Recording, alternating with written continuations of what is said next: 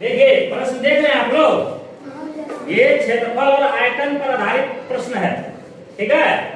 जिसमें क्या लिखा हुआ है, एक आयताकार भूमि खंड की लंबाई 50 मीटर है और उसका परिमाप 160 मीटर है। उस भूमि खंड का क्षेत्रफल है। क्षेत्रफल निकालने बोल रहा है।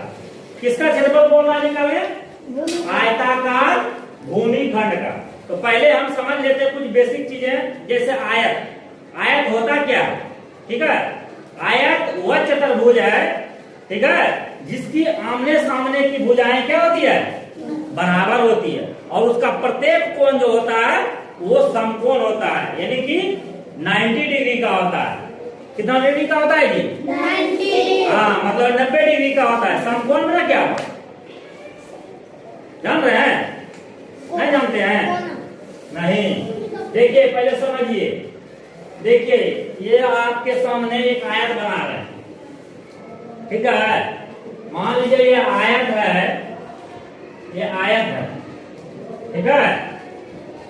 और आयत में आप देख रहे हैं ये वाली जो भाग है ये क्या है? लंबाई। लंबाई है। ये क्या है? लंबाई। लंबाई। लंबाई को L से सूचित करते हैं। और ये वाला भाग क्या है? चौड़ाई, जिसको हम B से सूचित करते हैं, ठीक है। तो इनकी जो आमने सामने की जो भुजाएं हैं वो क्या होती है? बराबर होती है। और ये इनकी भुजा और इनकी जो भुजा होती है ये भी बराबर, ये भी बराबर होती है। और प्रत्येक कोण क्या होता है जी? समकोण 90 डिग्री का होता है, ठीक है। तो ये समझ लेते हैं। तो इसे हमें चतुर्भुज के चारों भुजाओं का भुजाएं कितना डिग्री का होता है? 360 डिग्री का। मतलब 90-90 हुआ तो चार भुजा होता है कौन? नहीं हुआ 360 डिग्री, ठीक है। तो अब ये आप समझ लिए बेसिक बातें, ठीक है। आप देखते हैं कि ये जो आयताकार भूमि खंड की जो लंबाई है, लंबाई जो है वो कितना मीटर है? 50 मीटर। और उसका परिमाप 160 मीटर है। परिमाप कितना है? 160। लेकिन इसमें देख रहे हैं कि लंबाई तो दिया हुआ है पर चौड़ाई नहीं है। चौड़ाई दिया हुआ है तो इसका मतलब है कि पहले हमको चौड़ाई निकालना होगा, है ना। तभी तो क्षेत्रफल निकलेगा इसका। तो देखिए यहाँ पर लिखते हैं, उसको पहले हल कीजिए। कैसे हल करेंगे? कर आयताकार भूखंड की लंबाई, आयताकार भूखंड, भूमिखंड, भूमिखंड लिखा हुआ है। भूमि खंड की लंबाई कितना दिया हुआ है? 50 मीटर, ठीक है। उसी प्रकार आयताकार भूखंड की चौड़ाई, चौड़ाई दिया हुआ है? नहीं दिया हुआ, इसको x मान लेते हैं। लंबाई तो हमको पता है पर चौड़ाई मालूम नहीं है, इसलिए इसको हम क्या मान लिए? x। अब देखिए उसका परिमाप दिया हुआ है। किसका परिमाप? आयताकार भूमि खंड की परिमाप। क्या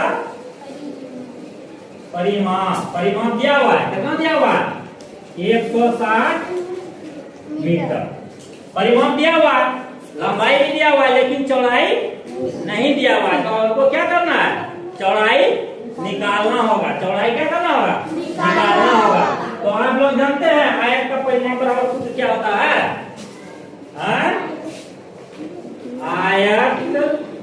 आयताकार, यहाँ लिखिए, आयताकार भूमि खंड का परिमाप बराबर सूत्र होता है 2 इंटू L प्लस B। कहने का मतलब है 2 इंटू लंबाई प्लस चौड़ाई, लंबाई प्लस चौड़ाई। देखिए तो 2 का तो 2 लिख दिए। लंबाई दिया हुआ है, कितना दिया हुआ है? लंबाई कितना दिया हुआ है? 50 मीटर, तो 50 लिख दिए। चौड़ाई को हम क्या माने हैं? B कितना दिया हुआ है?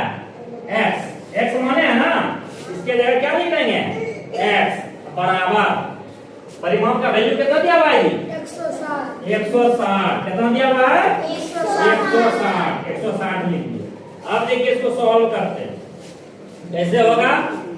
देखिए 50 प्लस एक्स कितना है, 50 प्लस एक्स बराबर 160, और ये 2 जो है यहाँ आ गया, तो क्या हो गया, बटा 2 हो गया।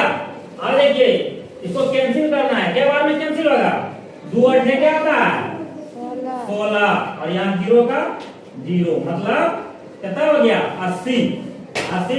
80 को 2 बार से गुना करेंगे तो 160 होगा ना, या इसमें भाग लगाएंगे 160 में 2 से तो लगेगा ना 80 होगा ना।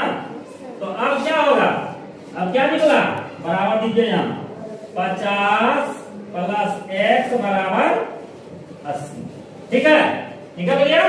अब क्या होगा, तो x बराबर क्या है 80 माइनस 50, ठीक है। तो x बराबर कितना निकला, 80 में 50 माइनस हो गया, कितना हुआ 30। x का वैल्यू कितना निकला 30। तो x हम क्या माने हैं, चौड़ाई को, तो चौड़ाई हमारा कितना निकल गया 30 मीटर, कितना निकल गया 30 मीटर चौड़ाई निकल गया। अब क्या करा, उस भूखंड का क्षेत्रफल निकालिए, किसका, आयताकार भूखंड का क्षेत्रफल। यहां लिखिए आयताकार